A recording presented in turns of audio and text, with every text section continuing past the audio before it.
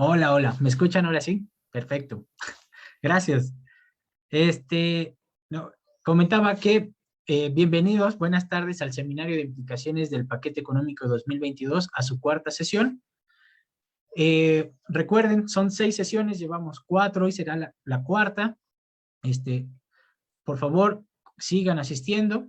También les recuerdo que este seminario es llevado a ustedes por parte del Centro de Investigación Económica y Presupuestaria, el CIEP, el Centro de Estudios Financieros y de Finanzas Públicas, el CEFI, y la División de Estudios Profesionales de la Facultad de Economía. ¿De acuerdo? Antes de comenzar, quisiera hacerles algunos recordatorios. Eh, por ejemplo, les recuerdo que hay que pasar asistencia para su constancia. Más adelante, tanto en Zoom como en Facebook, les haremos llegar link, un link donde deben de registrar su asistencia para poder tener registro de su asistencia para poder emitir su constancia. Recuerden que deben de cumplir con el 80% de la asistencia, así como acreditar una actividad que se dejará en la última sesión. También les recuerdo que pueden ver este seminario, aparte de Zoom, por supuesto, en Facebook, en la página oficial de Facebook de la Facultad de Economía. Ahí pueden seguirnos en vivo. Posteriormente, también podrán consultar estos videos o estas sesiones, el seminario, tanto en Facebook, en la cuenta de la Facultad de Economía, así como en las cuentas individuales, tanto del CIEP como del CEF. Una vez dicho esto, procedemos a iniciar la sesión del día de hoy. Hoy vamos a revisar el tema de gasto público en energía e ingresos del sector energético. Para ello, tenemos al maestro Joel Tonatiu Vázquez Pérez, que es coordinador de transición energética y finanzas públicas del CIEP. Él es egresado de la Facultad de Economía, muy bien, de la UNAM, por supuesto. Realizó una maestría en Economía Ambiental en el Centro de Investigación y Docencia Económica, donde obtuvo el reconocimiento por la mejor tesis de su generación, enfocada en la valoración económica de la energía renovable. Ha sido profesor adjunto del CIDE en la Facultad de Economía y actualmente funge como coordinador de energía y finanzas públicas en el CIEP. Está interesado en la promoción de la transición energética y en la mitigación de los efectos del cambio climático. Bueno, antes de darle la palabra a Tonatiu, quisiera comentar brevemente sobre este tema. Este tema que hoy vamos a revisar, creo yo que es del interés de todos, creo yo que está en la boca de todos, en la agenda pública de todos, porque aparte de las implicaciones que tiene para el paquete económico, que es lo que vamos a revisar también, pues hay que recordar que tenemos la propuesta de la reforma energética ahí al ladito y que simultáneamente se está llevando a cabo la reunión del COP26, que precisamente, como Tonatiuh sabrá, hablamos de la transición energética. Son muchos temas del carácter a nivel nacional e internacional que este tema pues trastoca. Entonces me parece a mí más que coyuntural y más que actual este tema muy interesante, de mucha envergadura y que de alguna forma va a definir nuestro futuro cercano y lejano. Entonces, sin más, quiero cederle la palabra a Tonatiuh para iniciar este seminario. Muchas gracias por esa introducción. Y pues, bueno, buen día a todos. Primero que nada, pues decirles que sí, estoy muy contento de dar este seminario aquí en mi alma mater, la Facultad de Economía. Ya hace 10 años que egresé de ahí, entonces le tengo mucho cariño a esta institución. Y y bueno, pues empecemos con, con el tema. Si puedes pasar, que como les comentaron, es gasto público de energía e ingresos del sector energético. La siguiente, por favor.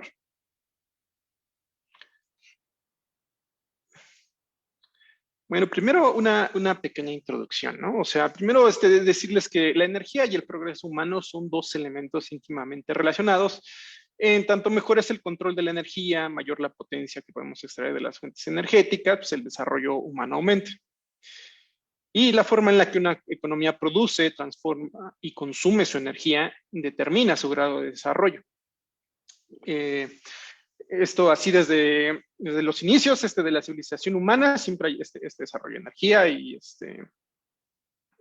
vaya, o sea, desarrollo de la sociedad. Ahora bien, en México, el sector energético está estrechamente vinculado con las finanzas públicas. No se puede hablar del sector energético sin mencionar las finanzas públicas y viceversa. Esto es debido a que antes de la reforma de 2013, bueno, había impedimentos legales para el sector privado para que tuviera una participación activa en las inversiones. Sí, invertía antes, pero era acotado. Y bueno, fue hasta el 2013 que ya cuando se abrió esta participación. Entonces, necesariamente todo el sector, bueno, o gran parte del desarrollo del sector energético en México corría a cargo del Estado y con cargo en recursos públicos. Análogamente, también los ingresos públicos, los ingresos del sector energético han representado una entrada de recursos importante para las arcas públicas. Y con esta relación voy a empezar. La siguiente, por favor. Unos cuantos números que ilustran la importancia del sector en las finanzas públicas. Esta primera gráfica que ven es el gasto público dirigido al sector energético como porcentaje del gasto neto total.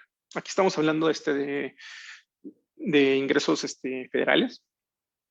Y bueno, o sea, pueden ver que de 2014 a 2022, bueno, los datos de 2021 y 2022 son presupuesto de egresos de la Federación y el proyecto de presupuestos de egresos de la Federación. Y todo lo demás es cuenta pública, o sea, es decir, lo que efectivamente se ejerció. Y bueno, o sea, tan solo unos números. El 20% del gasto neto total es dirigido al sector energético. Y aquí estamos considerando sector energético el gasto de las empresas productivas del Estado, la CFE, Pemex, y el gasto efectuado por la Secretaría de Energía. Aunque de forma interesante, esos gastos de energía, esas barras verdes, están compuestas en su mayor parte hacia transferencias de recursos hacia Pemex y la CFE, que lo veremos un poco más adelante. La siguiente, por favor. Ahora, con respecto a los ingresos públicos, podemos ver que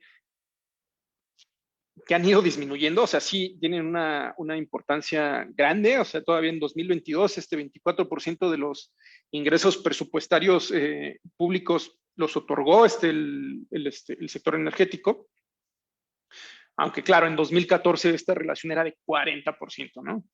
Entonces, aquí cuando estamos hablando de ingresos presupuestarios, estamos hablando de los ingresos que recaba el gobierno federal sin contar deuda. Eso es cuando nos referimos a ingresos presupuestarios. Entonces es un porcentaje muy importante, ¿no? En 2014 y luego a 2022 una disminución de 24%. Si en ese sentido podemos decir que sí, las finanzas públicas se han despetrolizado, tomando en cuenta que los ingresos petroleros son aquellos otorgados por Pemex y el Fondo Mexicano del Petróleo, y ahorita vamos a hablar un poquito más a detalle de su composición.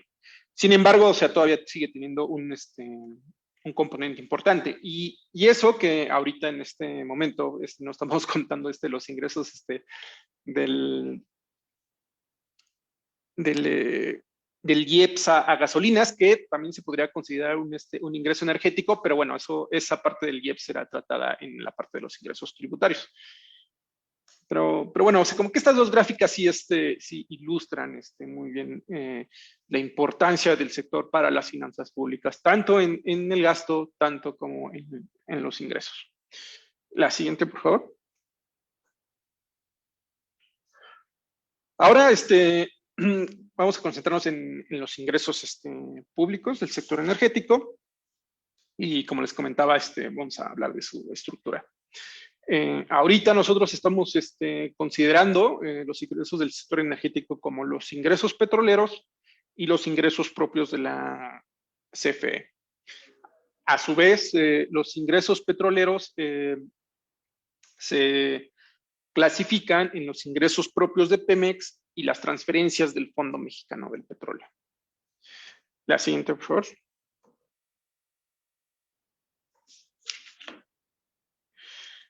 Quiero empezar primero con las transferencias del Fondo Mexicano del Petróleo. La siguiente, por favor. Ahora, el Fondo Mexicano del Petróleo, ¿qué es?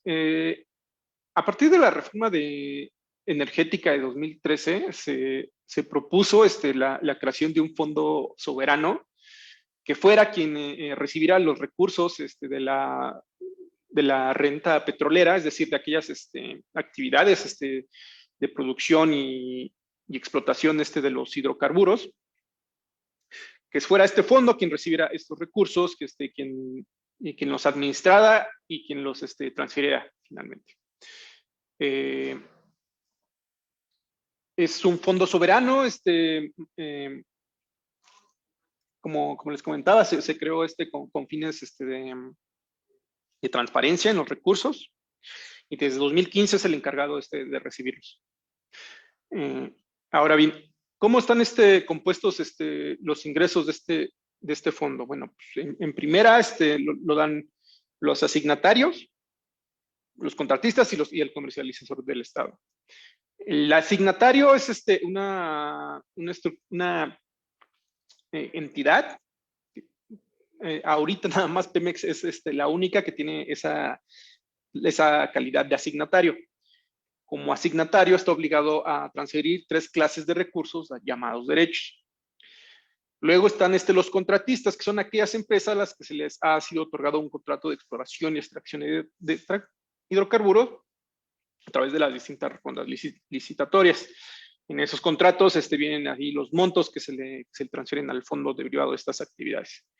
Y finalmente el comercializador del Estado, que es pues la empresa encargada de recibir y vender los hidrocarburos que le corresponden al Estado como pago en especie, derivado de los contratos de exploración y extracción que contemplan dicha modalidad. La siguiente, por favor. Ahora bien, imagen que ven es el flujo de ingresos y transferencias que realiza el Fondo Mexicano del Petróleo. Como pueden ver, es de arriba a abajo, se los voy a describir. Pues todo empieza con la exploración y extracción de los recursos, ¿no? Que lo pueden hacer bien asignatarios, que como les comentaba, el único asignatario hasta ahorita es Pemex, o bien los contratistas, que son empresas privadas, o bien empresas también del Estado, pero que también tienen ese carácter privado, ¿no? Derivado de estas actividades, pues si es asignatario, pues paga los derechos al Estado y eso se van ahí alimentan al fondo. Si es de contratistas, pues eso está, el pago está establecido en las contraprestaciones, ¿no? Y bien, ya una vez ya que tiene el Fondo Mexicano esos recursos, pues entonces ahora sí los transfiere. ¿A dónde los transfiere? Bueno, primero transfiere un monto de recursos a distintos fondos de estabilización y distintos fondos de investigación. Y después a la tesorería de la Federación, es decir, ya cuando llega a la tesorería de la Federación, ahora sí ya es ya son recursos públicos que el Estado tiene para gastar. Si en dado caso los recursos del Fondo Mexicano del Petróleo exceden el 4.7% del PIB de ese año, entonces esos recursos excedentes se van a la reserva de ahorro de largo plazo. Cabe señalar que desde la entrada en vigencia del Fondo Mexicano del Petróleo, pues nunca ha habido excedentes de largo plazo, ¿no? La siguiente, por favor.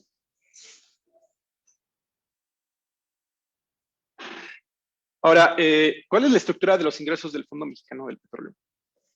Pues bueno, por mucho, el principal aportador de recursos del fondo es Pemex. Es Pemex en su calidad de asignatario. Como lo pueden ver, Pemex es el que paga estos tres derechos, que es el derecho por la utilidad compartida, el derecho por la extracción del petróleo y el derecho por la explotación del petróleo.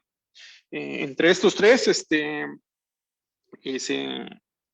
han otorgado desde los inicios, que es 2015, hasta las últimas cifras actualizadas, que son a septiembre de 2021, el 97% de los recursos. Entonces, sí, las contraprestaciones, es decir, aquellos contratos de privados, pues solamente han otorgado el 3%, y dentro de estos derechos, pues, por mucho el más importante es el derecho de utilidad compartida, ya que, como pueden observar aquí en esta gráfica de pastel, ha otorgado el 83% de todos sus recursos. La siguiente, por favor.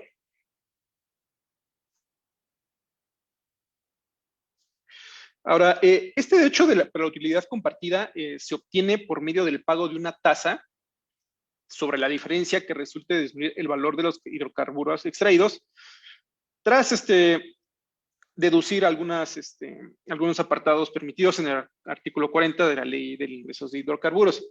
O sea, es decir, el derecho por la utilidad compartida está basado en el valor de los hidrocarburos, ¿no?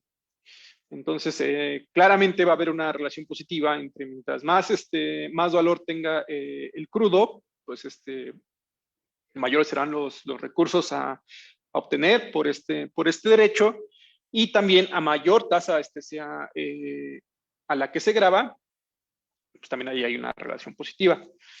Lo que podemos ver a partir de 2019 es que ha habido disminuciones importantes en el pago de la tasa de este derecho.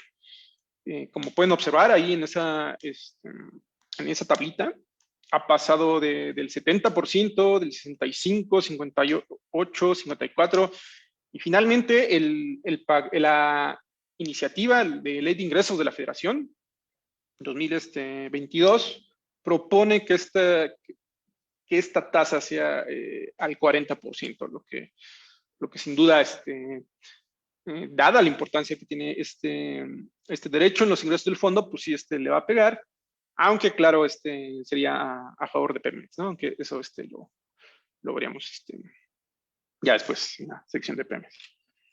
La siguiente, por favor. Ya no veo la presentación. Ahí está, gracias. La siguiente, por favor.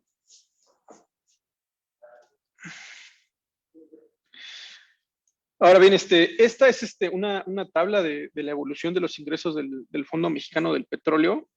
Como se puede observar, a partir de 2015 hay una disminución grande en los recursos. Como les comentaba, o sea, los ingresos petroleros representaban 40% de los ingresos presupuestarios del sector federal. Esto claramente responde a la disminución del precio del petróleo, porque en 2015, todavía hasta al tercer trimestre de 2014, perdón, el petróleo estaba en $100 por barril, y fue en el cuarto trimestre de 2014 cuando tuvo una disminución importante, y pues ahí se mantuvo con unos vaivenes, como pueden ver, hasta llegar a su punto más bajo, que en 2020, ¿no? Que como les comentaba, o más bien como recordarán, incluso el segundo trimestre de 2020, derivado de los efectos que el confinamiento y el cierre de actividades económicas tuvo en la actividad mundial, se tuvo la peor caída trimestral en la historia de los precios del petróleo. Llegaron incluso a ser negativos, si recuerdan eso. Pues bueno, en 2020 se tuvo la menor recaudación en la historia. Y pues, las cifras de 2021 y 2022, como les comentaba, son lo que son LIF 2021 y la iniciativa de ingresos 2022, es decir, lo que se estima. Aunque ahorita vamos a ver lo que efectivamente se ha recaudado. La siguiente, por favor. Justo aquí en esta lámina les platico cómo van los ingresos del Fondo Mexicano del Petróleo en 2021. En la ley de ingresos se estimó que estos ingresos serían de 356,000 millones de pesos. Y para estas estimaciones se tomó en cuenta una producción petrolera de 1,857 miles de barriles diarios promedio y un precio de petróleo de $42.1 por barril. Ahora bien, ha habido diferencias con respecto a estos estimados. Los últimos datos, que son los de septiembre de 2021, el promedio en realidad ha estado $62.4 por barril, que es $20 por arriba, pero sí una plataforma de producción de 1,751, ¿no? Que sí es 100 miles de barriles, pues sí, 100,000 barriles diarios menos con respecto a lo que se pronosticó. Y bueno, a pesar de esta como desbalance, que se podría decir, pues los ingresos se puede ver que ha pesado más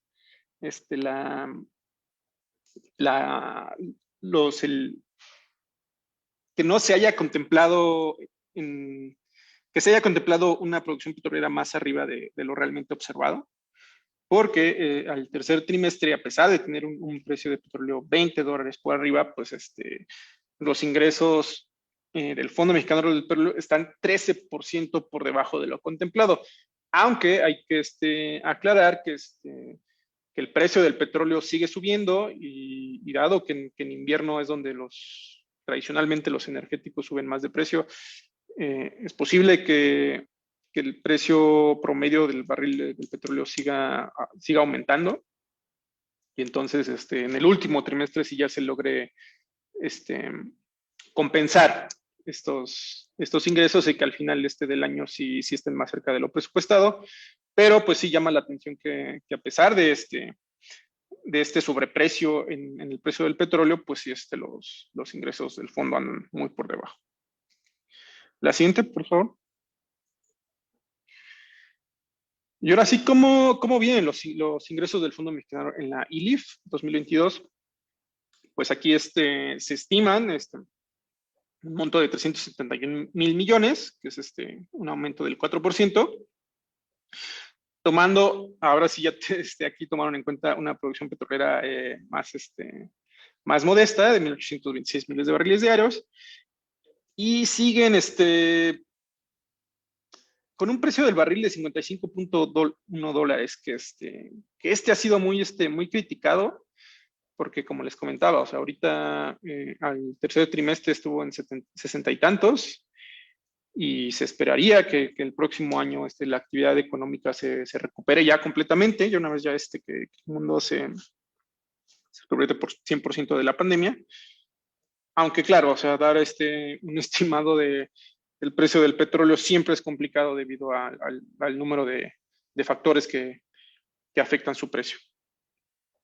Y pues bueno, o sea, como les comentaba, o sea, se contempla un aumento de 4.3%, que representen 1.3 puntos del PIB en 2022 y que otorguen el 6% de los ingresos presupuestarios. La siguiente, por favor. Ahora, en esta sección voy a hablarle de los ingresos propios de Pemex. Aquí, antes de explicarles más, hay que decirles que los ingresos del Fondo Mexicano del Petróleo sí son destinados para el beneficio de todos los mexicanos, en el sentido de que sí alimentan las arcas de la tesorería de la Federación. Mientras que los ingresos propios de Pemex, si bien se consideran ingresos públicos, esos ingresos son solo para Pemex. O sea, que Pemex tenga ingresos es pues nada más para su propia empresa. Entonces, en ese sentido, no, al menos no directamente, beneficia a la población, aunque claramente, mientras más ingresos disponibles tenga Pemex, pues uno podría pensar que más productiva será, y dado que es la principal fuente de ingresos del Fondo Mexicano del Petróleo, pues le conviene a todos, ¿no? Pero sí hay que tener en cuenta eso, que los ingresos de Pemex, a pesar de que son, alimentan y se consideran ingresos públicos, son solamente de Pemex. Y bueno, claramente así al Pemex, al ser una empresa que petrolera, pues recibe ingresos por la venta de hidrocarburos en su estado natural, como petróleo crudo y gas natural, que estos los exporta. Y adicionalmente también obtiene ingresos por la transformación de hidrocarburos en bienes de consumo final, como gasolina, diésel y combustible para su posterior venta.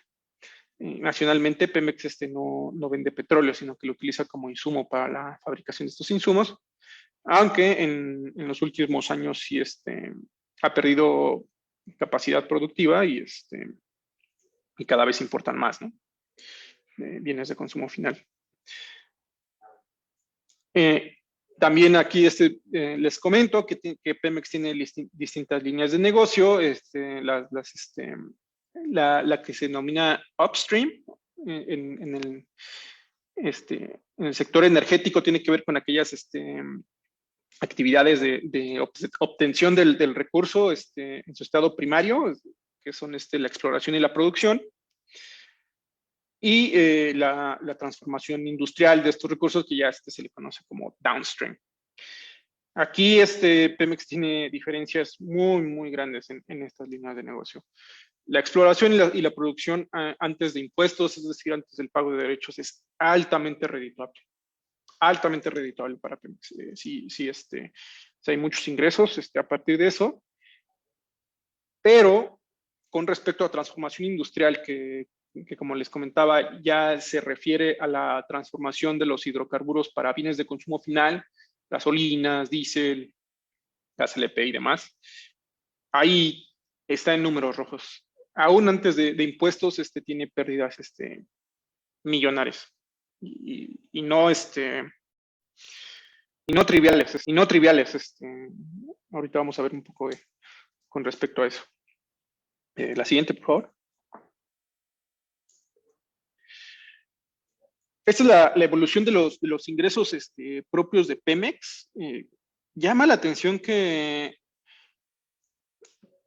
los ingresos no han tenido variaciones importantes, o bueno, se han variado, pero no han variado al nivel que con respecto, por ejemplo, los ingresos del Fondo Mexicano del Petróleo. Si recuerdan, así es en la gráfica de los ingresos del fondo, 2014 era mucha diferencia con respecto a 2015 y aquí no se observa, ¿no? Sin embargo, pues sí han variado un poco, teniendo su nivel más bajo en 2020, pues claro, producto de la pandemia, entonces no es de sorprender. Y con unas proyecciones de recuperación para 2021, 2022, en particular 2022, la ILIF estima que sus ingresos sean en términos reales, todas las cifras que les voy a dar aquí son en términos reales, a precio de 2022, que sean de 716 mil millones, que es incluso mayores que los ingresos que tuvo en 2014. Claro, esto es debido a la disminución en el pago del DUC, aunque también hay otras consideraciones que comentaré en un instante. La siguiente, por favor.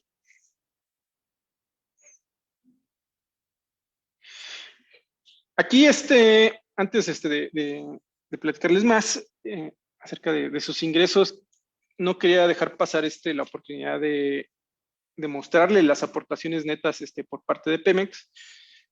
Sobre todo, últimamente en el discurso público, en la discusión pública, se ha criticado mucho el papel de Pemex, que es una carga financiera y que está mal manejada, que se le transfieren muchos recursos. Efectivamente, se le han otorgado transferencias. Estos montos sí salen del presupuesto, o sea, es decir, sí son recursos que el gobierno federal le transfiere a Pemex directamente para capitalizarla. Y Y bueno, de entrada decir que esas capitalizaciones no son exclusivas de la última administración. De hecho, en 2016 tuvo una capitalización muy grande, que en términos reales, a precio de 2022, de más de 200,000 millones de pesos. Y bueno, ahí pueden ver las capitalizaciones que se le han hecho en los últimos 3 años, que tomando en cuenta además las deducciones que se le hacen, que se le han hecho, sobre todo en el pago del derecho de la utilidad compartida, pues sí se le ha otorgado beneficios fiscales que como repito, no son exclusivos de estos últimos años, pero sí han aumentado en los últimos años. Una vez dicho esto, hay que decir que la aportación de Pemex a las finanzas sigue siendo positiva. Siempre es positiva, o sea, los números lo dicen. En ese sentido, Pemex es un activo. Da más de lo que recibe y al menos los últimos cifras de 2021 se ha reducido un poco esta aportación, porque por cada peso que Pemex, da, se le han otorgado como, dando esta relación como 60 centavos, pero sigue siendo un activo, ¿no? Ahora bien, esto sí impacta a los ingresos de Pemex positivamente, pero sí hay que tener en cuenta que representa menos recursos al Fondo Mexicano del Petróleo, que como les comentabas, esos recursos son para satisfacer todas las necesidades de gasto público de toda la población, pero o sea, la aportación sigue siendo positiva. Aunque, o sea, el aumento de ingresos de Pemex, estas cifras, o sea, de las aportaciones nos dicen que más bien va por la reducción de la carga fiscal y por las transferencias, más que por mejoras en su capacidad productiva. La siguiente, por favor. Ahora, ¿cómo están en 2021 los ingresos de Pemex? Bueno, pues en la Ley de Ingresos de la Federación estimó que Pemex recibiría un monto por 594,000 millones de pesos, incluyendo una transferencia por 45,000 millones, que dicha transferencia es para la construcción de la nueva refinería. Revisando los números al tercer trimestre de 2021, observamos que sí, los ingresos de Pemex van acorde con lo estimado, incluso están por arriba por 32,000 millones de pesos, a diferencia del Fondo Mexicano del Petróleo. Sin embargo, podemos ver que esta diferencia tiene que ver con transferencias de recursos, porque las últimas cifras que salieron la semana pasada, identificamos un aumento, que se le han transferido 168,000 millones de pesos. Y la LIF 2021 había puesto que solamente se le iban a transferir 45,000 millones. Pero en realidad, pues sí se le han transferido un monto de 123,000 millones de pesos más por arriba de lo presupuestado, ¿no? Que como les comentaba, y esto es lo que explica que los ingresos de Pemex estén por arriba de lo presupuestado, aunque por poco, pues solamente 32,000 millones. Lo que y les recuerdo, o sea, el precio del petróleo ha estado $20 por arriba de lo que de lo que se ocupó para estimar estos recursos, ¿no? Lo que nos dice que Pemex sí no sigue otorgando ni produciendo el nivel de capacidades productivas que se le ha impulsado, ¿no? O sea, sigue produciendo mal, vaya. Y estos números lo expresan. La siguiente, por favor. Ahora, ¿cómo van en la ILIF 2022? Pues bueno, se pronostica un aumento importante, un incremento real de 16,3%, 716,000 millones de pesos.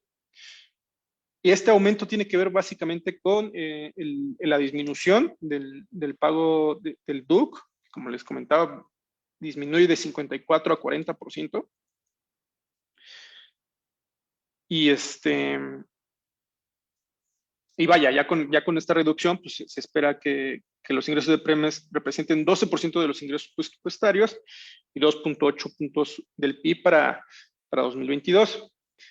Como les comentaba, esto tiene que ver con la reducción del DUC, pero hay que anotar, esto sí, que esta reducción en el DUC en realidad no cambia la tendencia del tratamiento fiscal a Pemex, solamente se está formalizando, porque en realidad desde 2018, además de ser beneficiaria de estas transferencias de recursos, que han sido no triviales, además se ha sido beneficiaria de deducciones en el mismo pago. Pero estos recursos salen así por decretos, ¿no?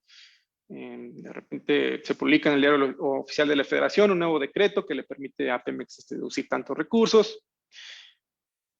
Y ya eso pasa y impacta positivamente en sus ingresos. Entonces, realmente la reducción en el derecho de la utilidad compartida, si bien es importante, 54 a 40%, solamente está formalizando algo que ya estaba pasando. Entonces, a partir de esta formalización en el tratamiento fiscal a Pemex, ya se esperaría que las transferencias directas de recursos de la Federación a Pemex ya no sucedan y tampoco estos tratamientos fiscales de deducciones. Si además de esta reducción en el DUC todavía sucedieran estas transferencias que hemos visto, pues ahí sí ya veríamos una descompensación importante y un cambio en la tendencia. Pero como les comentaba, este cambio del DUC solamente formaliza algo que ya habíamos estado viendo. La siguiente, por favor.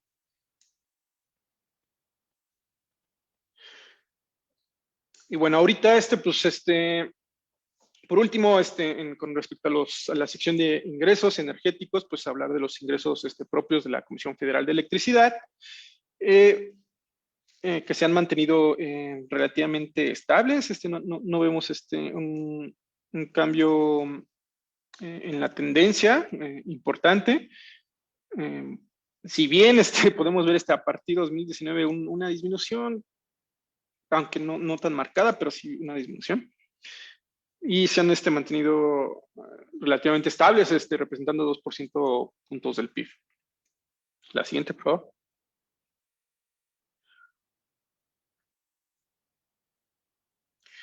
Ahora, ¿cómo están en 2021 y 2022 los ingresos? Bueno, pues, en 2021 se estimaron que la CFE generaría 405,000 millones de pesos.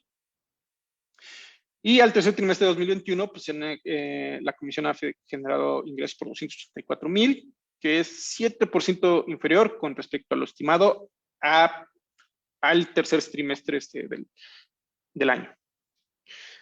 Aquí, interesantemente, en ILIX 2022 se estima que la CFE tenga ingresos menores, 3.3% menor con respecto a 2021. Esto representaría el 7% del total de los ingresos presupuestarios y 1.4 puntos porcentuales del PIB. La disminución, si bien marginal, pues sí, no se explica en el documento por qué lo están estimando a la baja, pero dadas las tendencias del mercado eléctrico, podemos una posible razón con respecto a esta disminución tiene que ver con menores ventas eléctricas. A partir de la aprobación de la reforma eléctrica de 2013 y bueno, su vigencia, que los privados han entrado a la generación de energía, han hecho inversiones importantes. Y bueno, estos privados vienen con tecnologías más eficientes en costos, y dadas las nuevas reglas del mercado, se privilegia la entrada de tecnologías más económicas, ¿no? Entonces, sí, ha estado perdiendo en mercado la CFE, y por tanto, sí podemos ver, esto explica la disminución de sus ingresos, ¿no? Menores ventas de energía.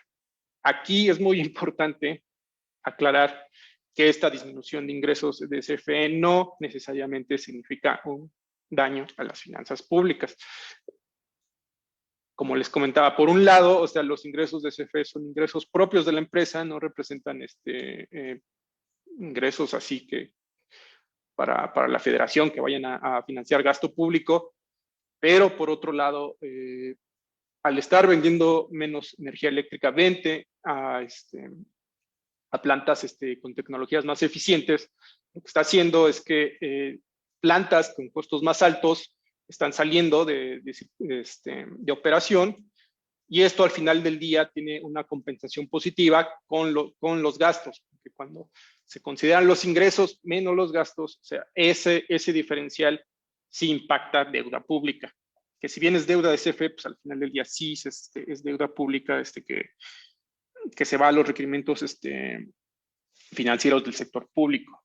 Entonces, al rato voy a hablar en la sección de gastos un poquito más al respecto, pero sí sí quería anotar aquí que no necesariamente una disminución de ingresos de las empresas productivas del Estado, en este caso particular de CFE, significa un golpe a las finanzas públicas.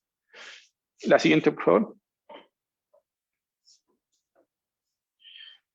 Bueno, aquí esta tablita resume los cambios de la Ley de Ingresos 2022 y la Ley de Ingresos de 2021.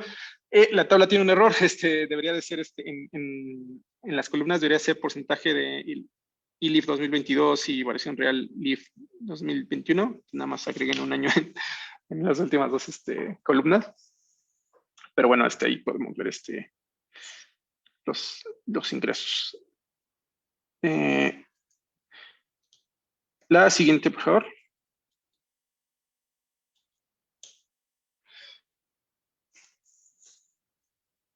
Esa la repetí.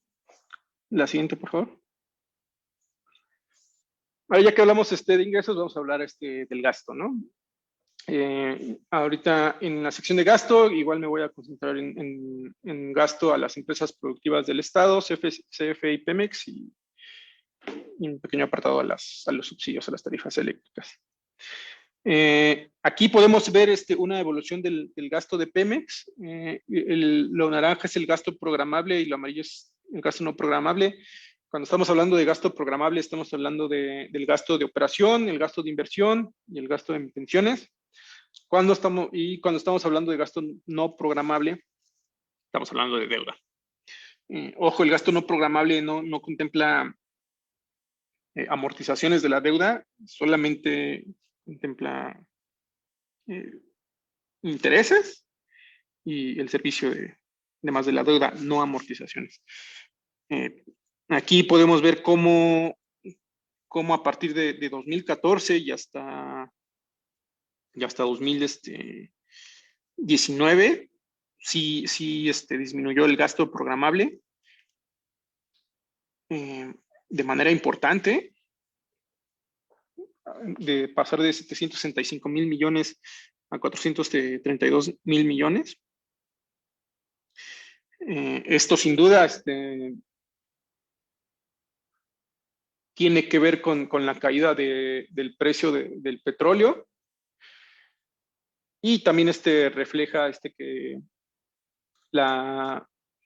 Pemex no haya podido recuperar su plataforma de producción. En realidad en todos estos años pues sí ha venido disminuyendo su producción.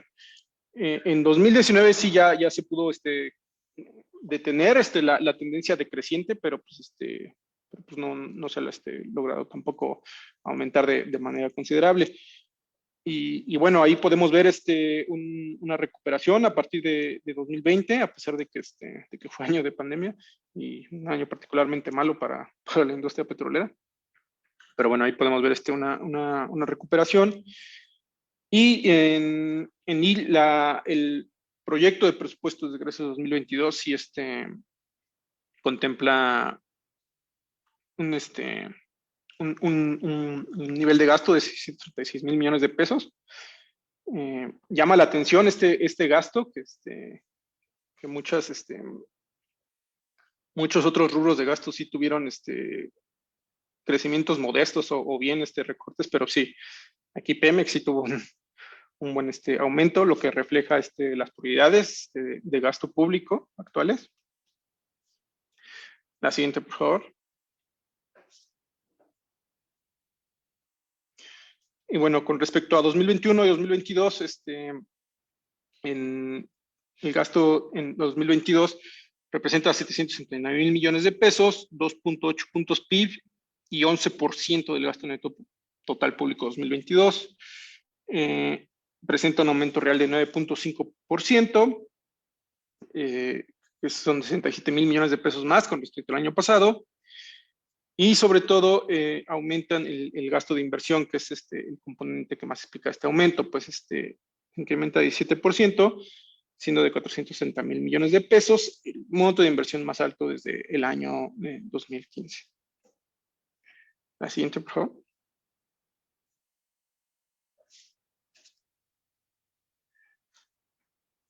En esta sección les hablo del gasto de CFE. A diferencia del de Pemex, sí, tuvo aumentos a partir de 2017 y 2018, cuando llegó hasta 527,000 millones de pesos. Ha ido disminuyendo, aunque no de forma considerable. Y ahí también el gasto dirigido a deuda, que es el gasto no programable, pues también se ha mantenido relativamente estable. La siguiente, por favor. Y comparando 2021 versus 2022, pues en 2022 el gasto destinado a CFEs es de 480,000 millones, representando 1.7 puntos del PIB y 7% del gasto neto total de 2022. En 2022 tiene un aumento real, su gasto de 4%, pero este aumento, ya cuando nosotros nos vemos a ver a qué rubro se fue, vemos que fue dirigido a gasto corriente, aumentó 6%. En particular, rascando más los datos, y lo tenemos ahí en nuestro documento ya más detallado en el análisis del paquete 2022, vemos que se concentró este aumento en la adquisición de insumos de materia prima para generar electricidad. En particular, tuvo un aumento de 23,000 millones de pesos. Y vaya, esto responde a que se están estimando mayores precios de energéticos el próximo año con respecto a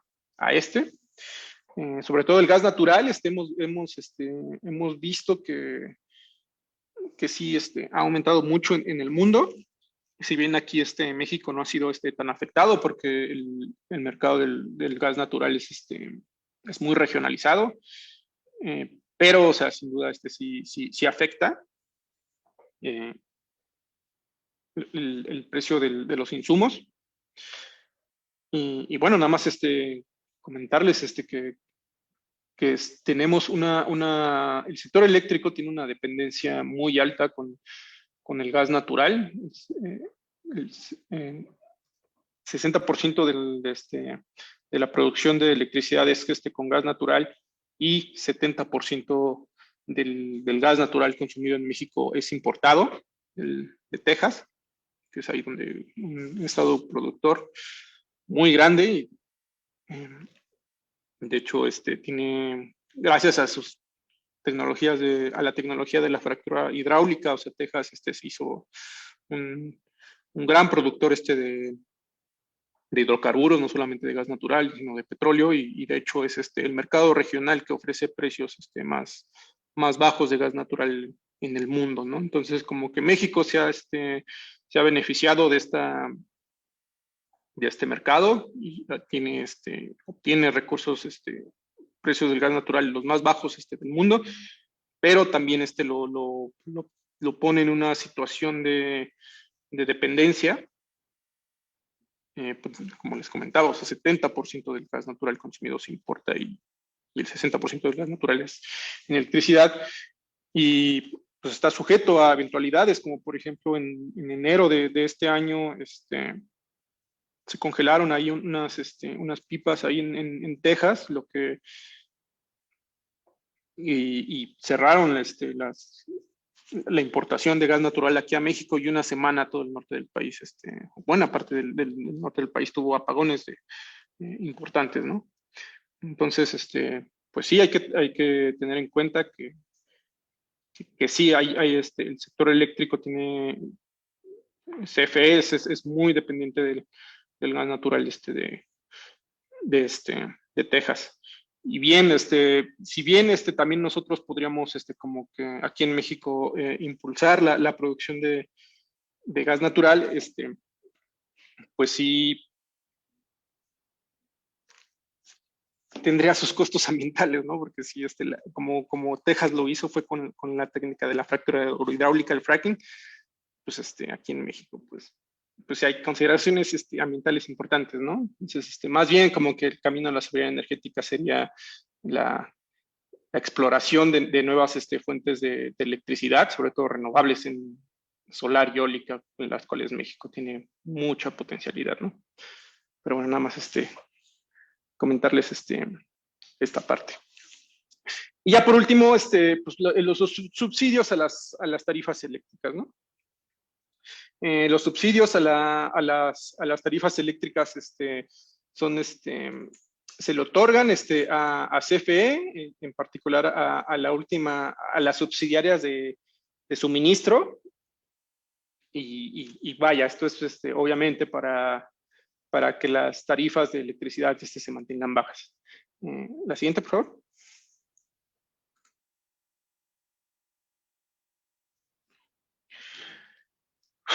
Y pues bueno, aquí podemos ver que estas son cifras en términos reales. A partir de 2019 habían estado disminuyendo. Teníamos 2019, 2020 y 2021 disminuciones reales en el término de los subsidios, pero en 2022 ahí ya se mantienen prácticamente del mismo monto, tomando en cuenta el costo de la inflación, pero haciendo el comparativo, el acumulado, pues sí, los subsidios, sí, en 10 años son de 600,000 millones de pesos, o sea, una cantidad enorme, y hay que tomar en cuenta que, dada que la mayor parte de la electricidad, del suministro eléctrico, aún otorgado por CFE, y las plantas de CFE son en su mayoría por tecnología fósil, pues subsidio a las tarifas eléctricas es subsidiar las tecnologías fósiles. La siguiente, por favor. Y bueno, ya fueron unos comentarios finales.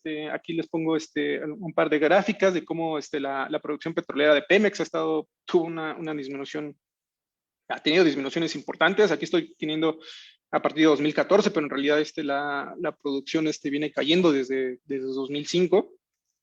La tendencia se paró en 2019, pero pues no se ha revertido de forma decidida. Del lado derecho tenemos el precio de la mezcla mexicana de exportación.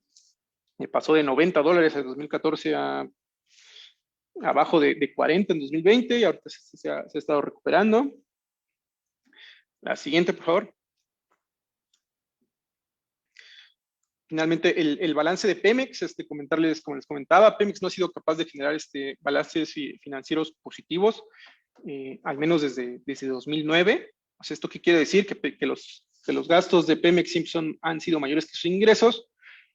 Aquí les estoy poniendo la relación de 2014 hasta 2021.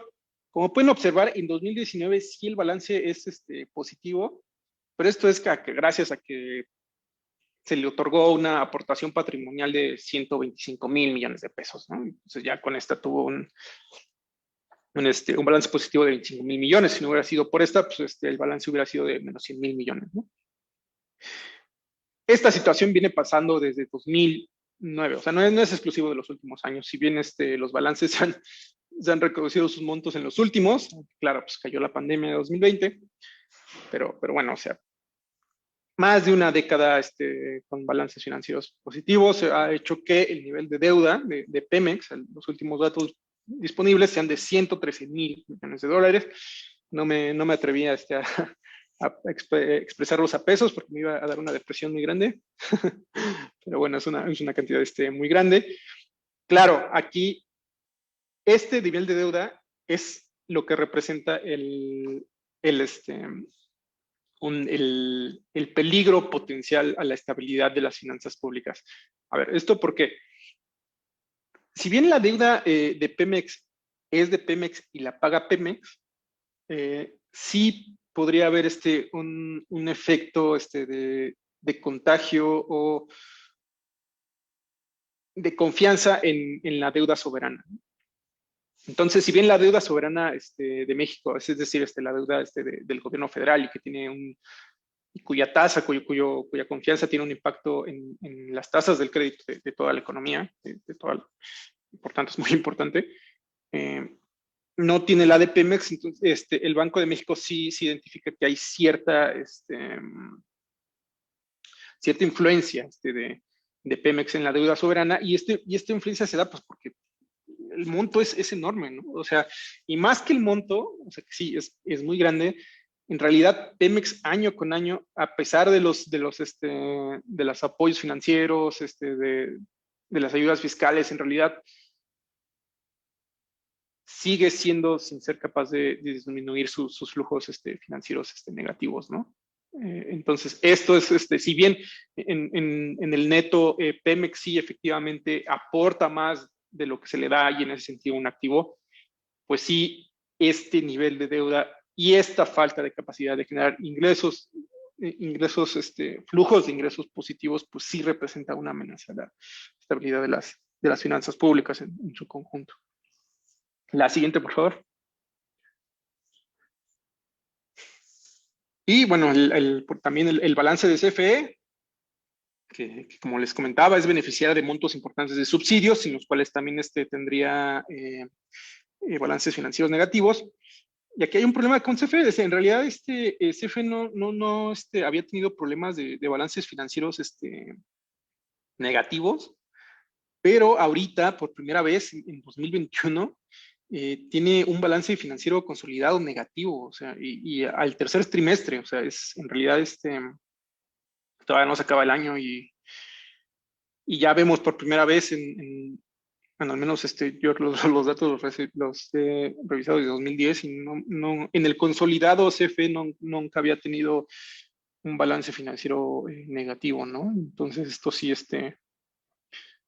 pues esto sí habla de una y si ven, la gráfica es una tendencia que ha venido pasando, al menos de 2017, y pues sí habla también de que prende los focos rojos de que algo está pasando en CFE. La siguiente, por favor. Y bueno, ya para terminar, pues así el comercial de las recomendaciones de investigaciones en las cuales realmente todo lo que hablado en este seminario,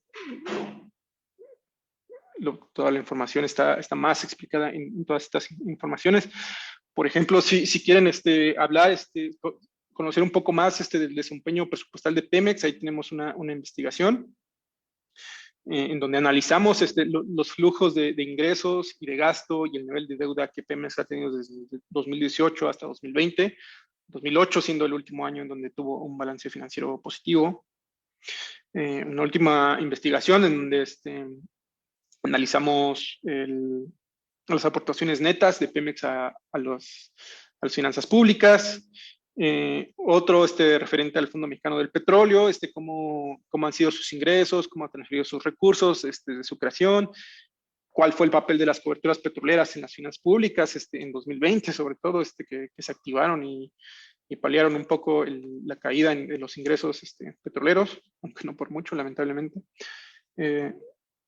La siguiente, por favor.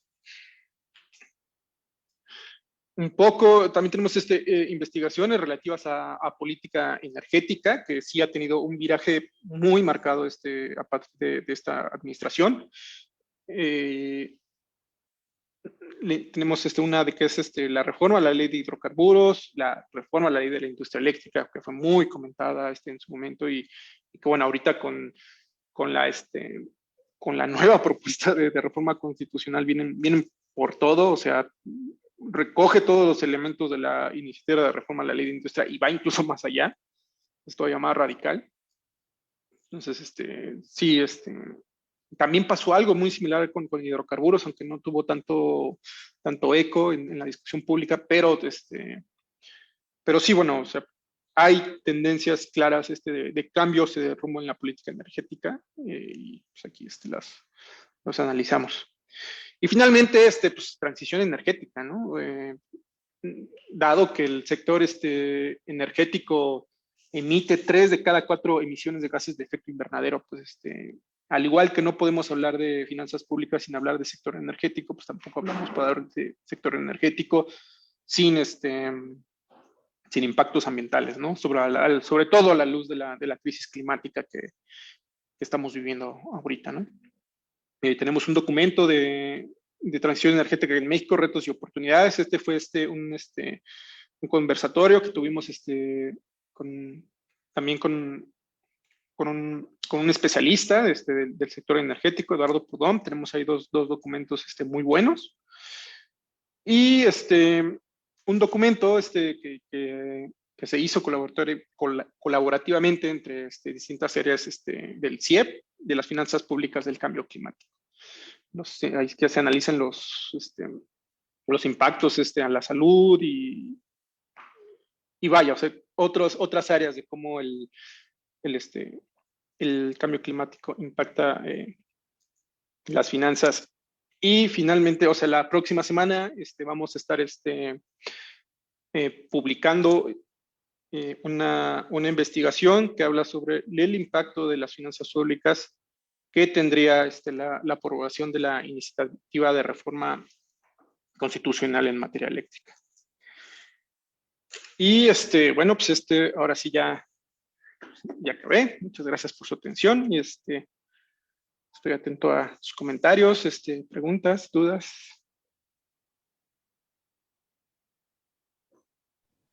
No sé si David quiere hacer algún comentario antes de que pasemos a la sección de preguntas y respuestas. No sé, David. Sí, un brevísimo comentario. Creo que, bueno, hay mucha tela de dónde cortar de la exposición. Se puede profundizar mucho más. Los invito a consultar los documentos que Tonatiuh nos compartió en su presentación. Hay muchas aristas que tener en cuenta y muchas consecuencias que también hay que tener en cuenta. Me parece una explicación amplia, completa. Claro, siempre habrá forma de profundizar, por supuesto, pero pues tenemos un tiempo determinado. Entonces, muchas gracias, Tonatiuh. Me pareció, insisto, una muy buena conferencia. Ahora vamos a proceder a las preguntas. Invito a todos los asistentes a enviarnos por medio del chat de Zoom o en el chat en vivo de Facebook sus preguntas para podérselas presentar a nuestro experto. Gracias, Mariana. Muchas gracias, David. Y vamos a empezar con las preguntas que nos han hecho aquí a través de Facebook, perdón, de Zoom. Y empezamos con la pregunta de Minerva Magaña. Nos dice, no entiendo si Pemex es redituable a pesar de que se le inyecta capital del presupuesto. ¿Por qué bajó la calificación de constancia crediticia? Voy a hacer, Tonatiuh, 3 preguntas. Si te parece bien, o no sé si quieres que vayamos pregunta por pregunta. No, sí, 3 preguntas. 3, ok. Bueno, la siguiente es de Mauro Montero. La diferencia de ingresos y egresos es del 9% positivos. ¿Qué tan importante es que crecieran los ingresos programados, pero también el gasto se incrementara en el mismo lapso? ¿Es bueno o malo, dado que los ingresos que comentaste han aumentado por las aportaciones y gracias a que los precios del petróleo están más arriba de lo planeado por el gobierno? Y Felipe Juncal nos hace 2 preguntas. La primera ¿es cierto que los recursos excedentes por ingresos petroleros por encima de lo proyectado en el presupuesto no están etiquetados en el gasto? ¿Y qué pasa con la inversión en las redes de transmisión y distribución eléctricas?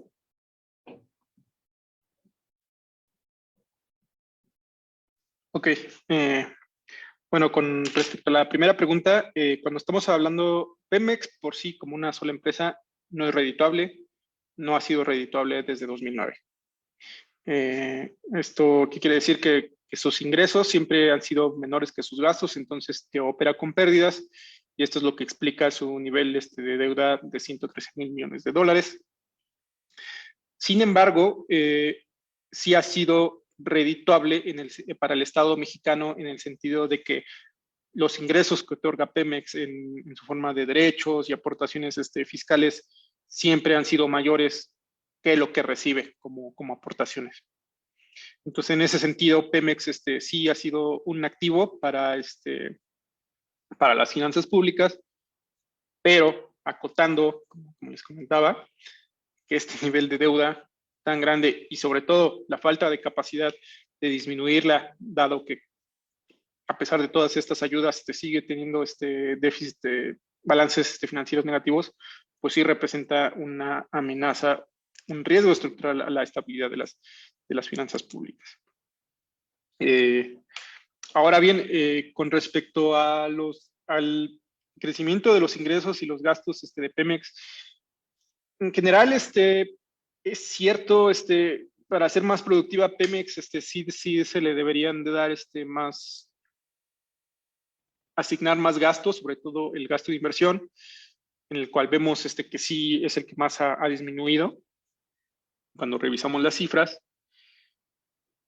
Pero hay diferencias en sus áreas de negocio, ¿no? O sea,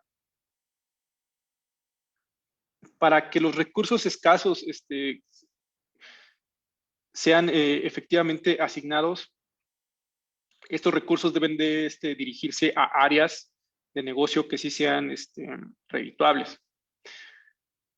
Lo que estamos viendo a partir del análisis de las distintas áreas de negocio de Pemex es que la que es redituable es la exploración y producción, la sección de upstream. La sección de transformación de hidrocarburos, la upstream, es la que tiene pérdidas enormes. Entonces, este nivel de gasto no necesariamente es grande, y sobre todo el de inversión no es malo en principio, pero creo que sí debería ir al menos condicionado a que Pemex revise aquellas áreas de negocio que le son redituables y cuáles otras no, justamente para que no le estemos echando dinero bueno al malo. Entonces, no es preocupar el nivel de gasto, sino más bien es cómo se gasta. Y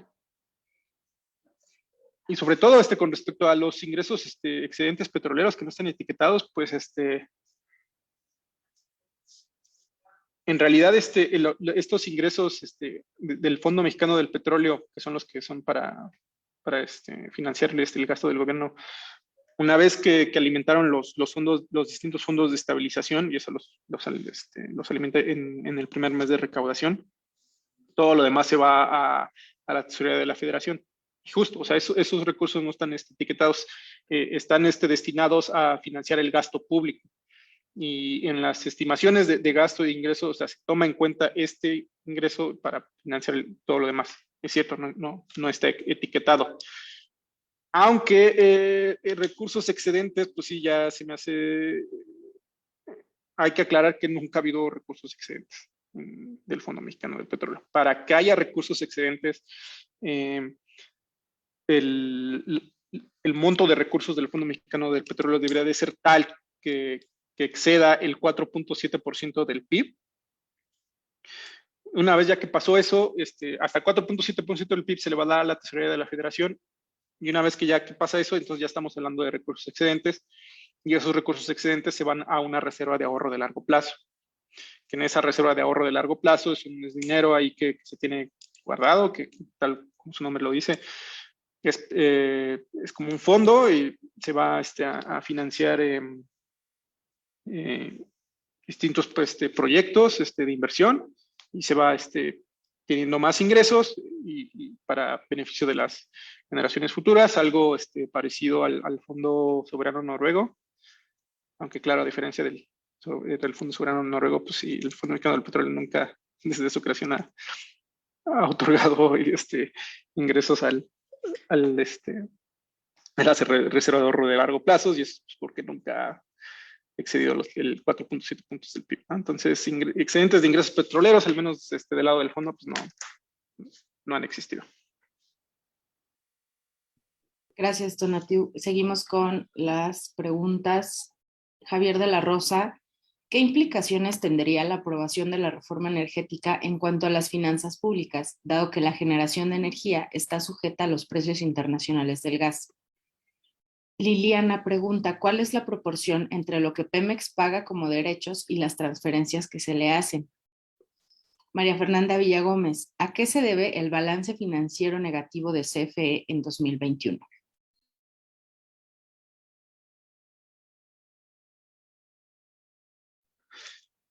Pues, bueno, estas preguntas me gusta que las hagan porque de entrada me dicen que sí van a ir a leer las recomendaciones que les hice.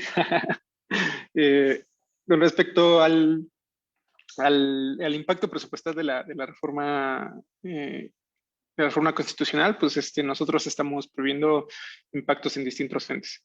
Impactos en el monto de subsidios, impactos por mayor inversión a cargo del gasto público, dado que se eliminan los incentivos a inversión privada, impactos por indemnizaciones, que pues, serían el componente de impacto a las finanzas públicas más grave. Impactos en deuda, porque justamente donde CFE está en números rojos es en la generación. En la generación es donde sus subsidiarias operan con números rojos. En el consolidado, ya cuando consideras los ingresos de todas sus otras áreas de negocio, que es la distribución, la transmisión y el suministro, pues ahí ya en el consolidado se compensa. Pero no, o sea, desde 2017 o al menos de los últimos años disponibles, porque esos datos antes estaban como que consolidados. Donde CFE tiene números rojos es en la generación, ¿no? Entonces ahí también que aumente la producción de electricidad, pues implicará suponiendo una estructura de costos constantes, pues mayor deuda, ¿no? Te recomendaría, compañero, que estés atento a la investigación que vamos a publicar próximamente en este respecto. Con respecto a la pregunta de los aportaciones netas, pues va variando, ¿no? De 2014 a 2017, si no me falla la memoria, la proporción estaba por cada peso que se le da a Pemex, Pemex aportaba 5, ha ido disminuyendo de 4 a 1, 3 a 1, y bueno, si vemos los datos de 2021, pues sí, esta proporción sí ya ha bajado bastante.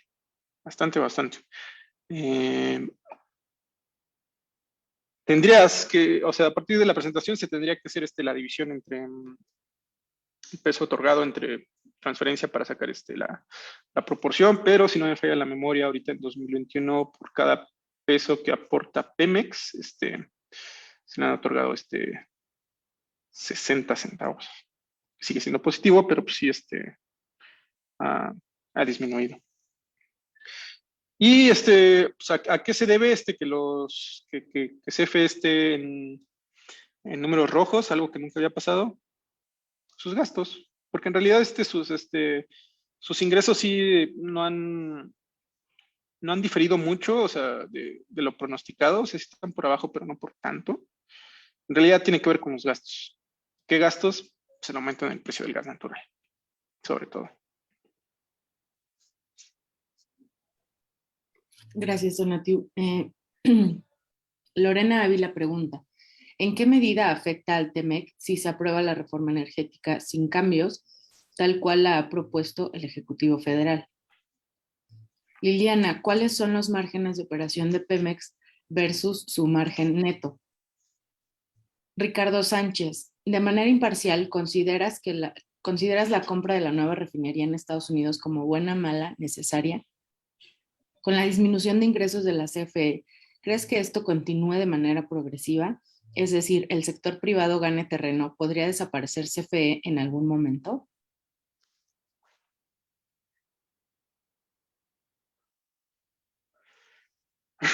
Bien, con respecto al TEMEC, si bien no soy especialista en aspectos legales, sí puedo decir que los tratados de comercio siempre tienen una cláusula de protección a la inversión. Entonces, lo que podríamos ver es que se activen arbitrajes internacionales, TEMEC, las inversiones que los privados han hecho en el sector eléctrico, tan solo de subastas eléctricas, son de alrededor de 9,000 millones de dólares. Entonces, sí, o sea, de entrada, si estos dueños lo quieren, pueden decir, en primero, una compensación de la inversión total, de esos 9,000 millones de dólares, sería un costo inicial. Pero además también hay otras cláusulas que también dicen que deben de compensar el monto de utilidades que el proyecto esperaba, ¿no? Y aquí ese es grave, ¿no? Porque sobre todo muchos de esos contratos, muchas de esas utilidades estaban en fondos de inversión de pensiones internacionales, ¿no? Entonces, pues sí, se activarían esos arbitrajes con un costo muy, muy oneroso para las finanzas públicas, ¿no? Con respecto a la compra de la refinería, pues aquí habría que ver cómo se desarrolla. Todavía el mundo va a consumir gasolina, ¿no? Si bien se pronostica que ya haya un pico en el consumo de gasolina, en estimaciones, pues ese pico no va a disminuir, o sea, en lugar de aumentar, se va a tener en un constante, pero pues el mundo todavía va a seguir, y México todavía va a seguir consumiendo gasolina. Aquí el tema es que Pemex, si tiene márgenes, si tiene pérdidas muy, muy importantes, es en la refinación. Entonces, si con la compra de Deer Park, que es una de las mejores refinerías, que sí operaba con niveles de eficiencia, cuando se investigaba por qué operaba con niveles de eficiencia, era porque pues, los niveles de inversión era capitalizarla para mejorar su inversión. De hecho, cuando la compraron, recuerdo que una de las quejas era, tenemos así la de Deer Park, pero no nos han dado utilidades. O sea, sí, no te han dado utilidades, pero porque esas utilidades se van a la inversión. Y gracias a esa inversión es porque esa refinería no estaba en números rojos y todavía funcionaba con niveles de eficiencia. Aquí el caso es, ¿quién va a ganar? O sea, si realmente Pemex en la compra de esa refinería aprende de las mejores prácticas que ya están ahí y las traslada a las refinerías de aquí que tiene, pues sí, sería positivo. Pero por otro lado, si pasa lo contrario y le transmite los vicios que tiene aquí en su negocio de refinería, se los transfiere a Deer Park, pues pues sí, sería negativo, ¿no? Ahorita es muy pronto para decir cuál tendencia ganará. Y algo de la disminución de CFE, pues en realidad no que iba a desaparecer, más bien se estaba deshaciendo de sus activos, de sus plantas más caras e ineficientes. Justamente en ese tipo de inversiones, cuando tienes un promedio de plantas de generación de 30 años y no les estás invirtiendo lo suficiente o te genera un costo tener plantas tan altas, porque las tienes que seguir invirtiendo más, el nivel de desgaste es mayor, pues que desaparezca, pues a lo mejor sí desaparecer, no diría yo desaparecer, más bien pues, la tendencia era que se deshiciera de aquellas plantas por obsolescencia, ¿no? Entonces, que como comentaba, eso no es negativo para las finanzas públicas, al contrario, dado el alto nivel de costos de mantenimiento que implica, pues sí está positivo. Y de hecho, cuando vemos los números de paros en las plantas por fallas no programados, pues eso también es impacto a las finanzas públicas. ¿Y por qué se da? Pues porque no se está manteniendo lo suficiente. Entonces no es de que desaparezca la CFE, más bien así como estaban planteadas las reglas, era de que pues más bien aquellas plantas que que por su nivel de tecnológico ya no podían competir, pues salieran, ¿no? Y eso no necesariamente era malo para las finanzas, ni tampoco implicaba que iba a disminuir CFE, más bien como que a disminuir su parque de generación, quedarse con las más eficientes, con las que sí podían competir. Y claro, que recordar que CFE no solamente es generación, sino tiene el monopolio de transmisión y distribución, que es monopolio natural, por cierto, y, y también participación en la cadena de suministro. Gracias, Donatiu. Le vamos a meter un poquito más de velocidad porque ya tenemos 5 minutos. Ana Karen Peláez pregunta, ¿qué tanto afectaría el crecimiento de las energías renovables a CFE o Pemex? ¿Podrían llegar a sustituir en algún punto estas energías a la electricidad o a la producción a través del petróleo? Beatriz Juárez, ¿cuáles serían los efectos negativos a los subsidios a combustibles y energía a largo plazo? Y después un usuario de iPhone, ¿de qué manera la reforma energética propuesta por el Ejecutivo Federal afectará a los consumidores finales, a los habitantes de la nación, a los medianos y grandes consumidores? Y después de esta ronda hacemos una más y ya cerramos. Bueno, pues rápidamente, pues no, lamentablemente las energías renovables no van a sustituir en el corto plazo a las energías fósiles, a menos de que se instrumenten acciones decididas en inversión, en eficiencia energética, que es justamente lo que se está discutiendo en COP26. Pero al menos ahorita como están las cosas, pues no se ve en el corto plazo que la sustituyan. Y lo digo lamentablemente porque el mundo está en una crisis climática. ¿Cómo afectan los subsidios? Pues digo, al final del día, nosotros como economistas sabemos que un subsidio es una afectación a la asignación eficiente del mercado, pero en este caso, dado las externalidades que tienen el consumo energético, pues de entrada su costo debería de ser más alto, ¿no? ¿Por qué? Porque no está tomando en cuenta el costo social que producen estas externalidades, ¿no? Entonces, si de entrada, o sea, ya un subsidio representa una ineficiencia al mercado, pues cuando le muestras el costo social, pues es todavía mayor, ¿no? Claro, hay que anotar que los subsidios tienen una función también social, si bien no del lado ambiental, pues lamentablemente muchas personas no tienen alternativas para sustituir su consumo energético, ¿no? Entonces este subsidio sí les ayuda a que tengan al menos un nivel de gasto menor en la energía, que es clave para todas las actividades que hacemos, aunque pienso que ese nivel de subsidio sería mejor invertido en la instalación de tecnologías renovables, tales como la instalación de paneles solares o calentadores solares.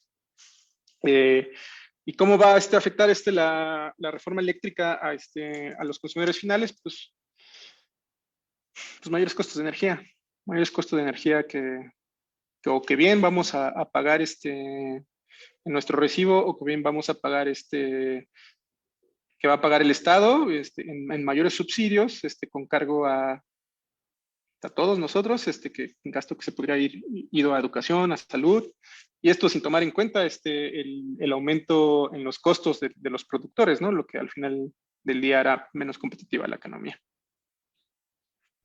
Gracias, Donatiu. Y por último, Fernando Salazar, del gasto de Pemex, ¿puede distinguirse cuánto es para cubrir los servicios derivados de los contratos leoninos, el gas? Y pone dos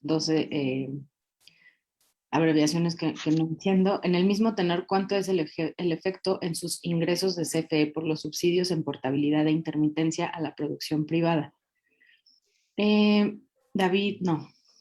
Luis Telles por Facebook nos pregunta, ¿es sostenible en el largo plazo la lógica de transferencia de recursos a Pemex si no termina siendo redituable o atiende más a una lógica de discurso político? Carlos Barragán, también de Facebook, ¿crees que se ha dejado a propósito el nivel de deuda al nuevo gobierno? Bueno, rápidamente, no es posible con respecto a lo de la porteo, no es posible, al menos en los estados financieros de CFE, como que ver cuál es el costo que tiene por estos permisos de autoabasto, pero pues hay que tomar, también hay que notar, y esto es muy importante, muy importante, la línea de negocio de transmisión de CFE, la subsidiaria de transmisión, no tiene pérdidas, tiene utilidades, y utilidades grandes. Entonces, este argumento de que hay pérdidas por porteo y transmisión pues, se debería de reflejar en las finanzas de CFE Transmisión, pero pues no lo vemos. Tiene utilidades de transmisión. Las que tienen pérdidas son las subsidiarias de generación.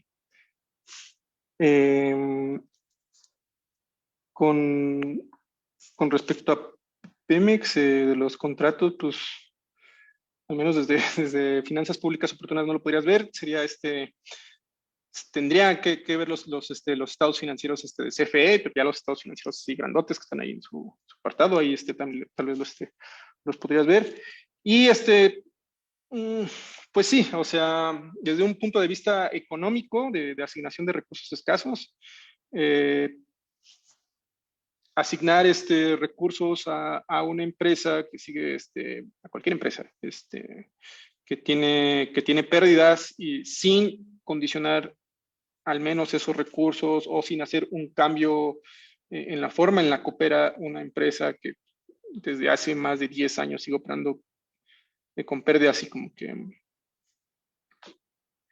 solamente disminuirle carga fiscal y aumentarle su presupuesto sin una revisión, pues al menos una primera impresión, pues sí no parecería una decisión económica racional.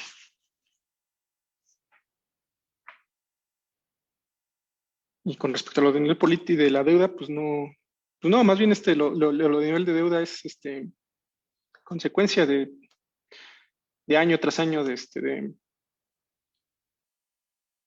una empresa que no ha podido ser rentable.